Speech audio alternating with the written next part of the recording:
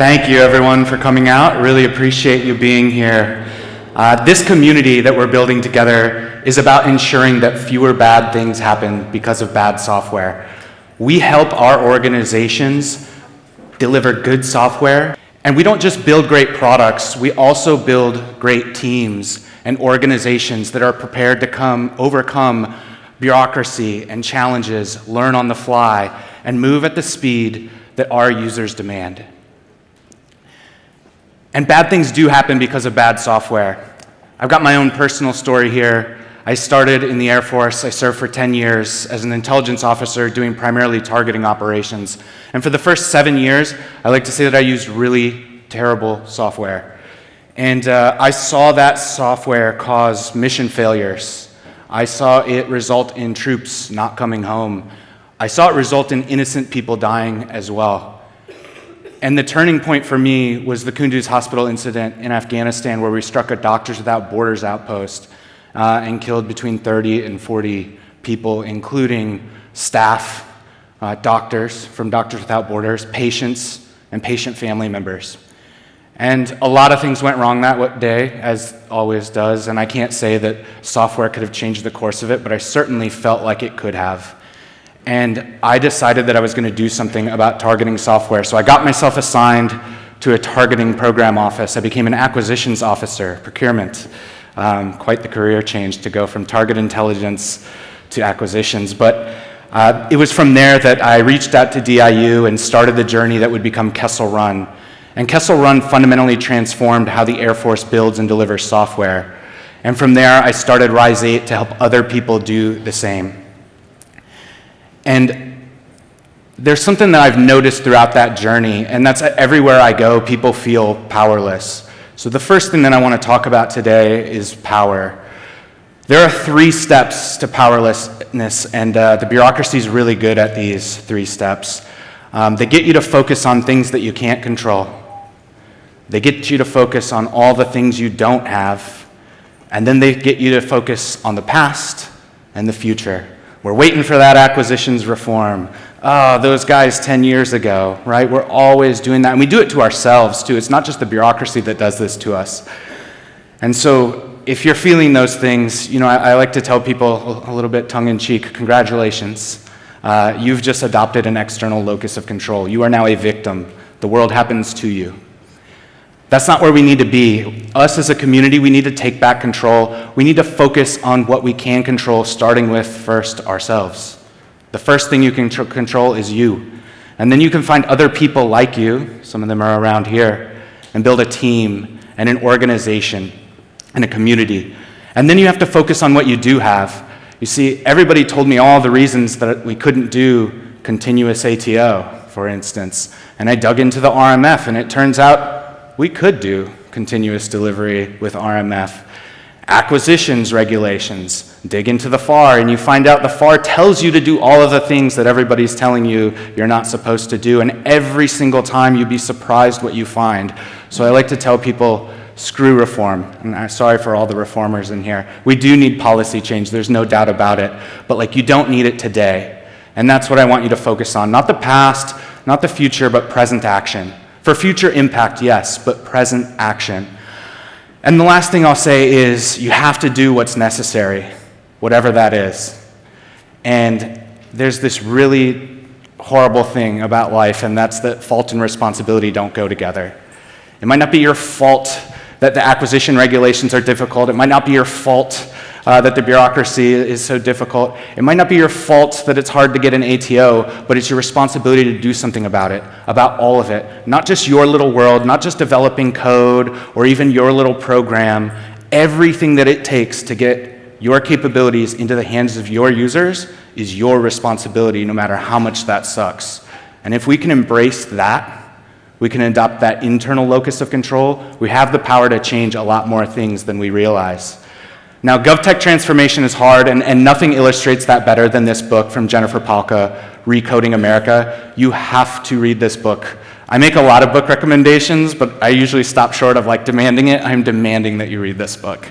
If you really want transformation, though, buckle up, right? You're going to need passion. You're going to need perseverance. The amount of effort that's required to do this It will take every ounce of passion and perseverance that you have. You need grit. And you're going to need a community like this one to pump you back up again and get you out on the waves when the bureaucracy has you deflated. And that's why I wanted to create Prodacity. I really wanted to not only cultivate the knowledge and passion that I think Govtech change agents like you all need to grow and to become successful, but I also want the community to help pick you back up when we fall. I had a recent thing shortly after Kessel Run where I needed help getting back up. This is my father. My dad had me when he was pretty old. He's 50 years old. He was born in 1938. So, he still had a lot of life left in him. This is taken just about a month before he passed away. And what was frustrating for me is my dad had really bad continuity of care in the VA medical system. And because of that continuity of care, they ended up sending him home the night of his death. He went in with chest pains, clear signs of a heart attack. Died 3 hours later after they sent him home with Advil. And I tell that story just to let you know that, let me take a pause here real quick, that it's really easy to lose your empathy. Most important part of this journey is empathy. Empathy for the people in government. If you notice the subtitle of Jennifer's book, it's Why Government is Failing and How We Can build a better digital government. And it's really easy to lose empathy for government. And we have this happening in our society right now where there's such a lack of empathy, people are ready to just throw it all away. Go with the most extreme version, like government's not working for me, get rid of it. And I certainly felt like that on this first day. And it reminded me of my early journey in Kessel Run. When I showed up at acquisitions there at Hanscom Air Force Base, I thought, who are these dumb people that have been delivering me horrible software for all of these years? What is wrong with them? And I found out that they were people just like me. They were incredible people. They worked hard every day, and they were a part of a broken system. And it took me a minute, but I started to think about the VA and the people that I had run into throughout my involvement with the VA, and I knew it was the same problem. Right? Broken system, a lot of broken software, a lot. And I decided that day I was going to do something about that. I had started Rise 8 to really transform defense, and I said, I need to do more than just defense. We need to focus on all of GovTech.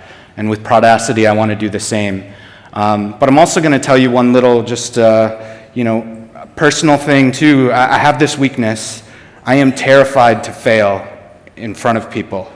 And I did this with Kessel Run. When I started Kessel Run, I didn't tell anybody about that backstory I just told you. That's like an after-the-fact story that I finally started telling of why I left to go do this thing, because I thought, if I fail, that's going to be embarrassing. And there was a real good chance that I was going to fail at the Kessel Run. And so I didn't learn that lesson, and I decided I wanted to help transform the VA, but I didn't say anything about it. And you make all these rationalizations, right? I didn't say it was because I was embarrassed to fail in front of people, or I was too proud. I was like, I need to focus. I have a startup, I have to focus. I got to focus on defense. Maybe I'll do that in a few years. And I kept delaying it, and now I can say that last year we helped the VA ship the first continuous ATO in the VA. I believe it's one of the first in all of government. And I'd like to say that it was because I finally, decided to go for it, but the truth is they reached out to me. And if they hadn't, I could still be waiting for that. I could still be waiting for my moment to help fix the issues that I feel like help contribute to my father's own passing. So I tell you all that to say, have bravery too, to stand up and say, I'm going to do this. And you might fail. We talk about psychological safety, making it safe to fail all the time, and building our software, we make hypotheses, we do experiments, but it's really hard sometimes to do it at the meta level. And I know there's a lot of big change agents in this room, and I just encourage you to share your story. And even if you do fail, let's just say I said right off the bat, I'm going to fix the VA, and I lost the first 3 contract opportunities, and then the next 2 projects didn't go well. That's the story everybody needs to hear too. And a big thing that I want Prodacity to be, we have this tagline, no sales, no theater. And that's not just for the salespeople, for, like sponsors. That's for everybody. I don't want government people to get up on this stage and tell stories either that aren't true, because we can't learn from those. So we need to be able to tell these stories from the start, share our journeys along the way so that everybody can learn and grow. That's my why. Now, I did ask Jen to be here, and she unfortunately had something come up, but she recorded a few segments, and I want to share this one with you. I asked her about this concept of why and the passion and perseverance that it takes. Passion for the mission. I mean, that drives it all. If this work is as hard as it is, and we know it's really hard, it's the why, and I think that drives Marina, I think it drives Yadira, I think it drives everybody in the book. If you can make sure that you connect back to the why of what you're doing. Yadira desperately wants to improve the health of our country through these programs. Marina's work now is on child welfare, and she just desperately wants these kids to have a shot.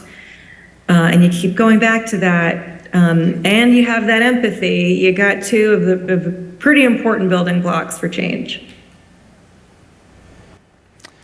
Those are the two things that we need to start recoding America. That passion, which I know you all have, and we've got to keep that empathy. And I just want you to keep that in the back of your mind throughout the talks. We've got a really great lineup today, but today is all about taking you through the leadership journey. We're gonna start with why. We're gonna get into some of the organizational aspects of how you organize and reorganize to be able to deliver, how software is a part of that, and how we enable really great software delivery for change.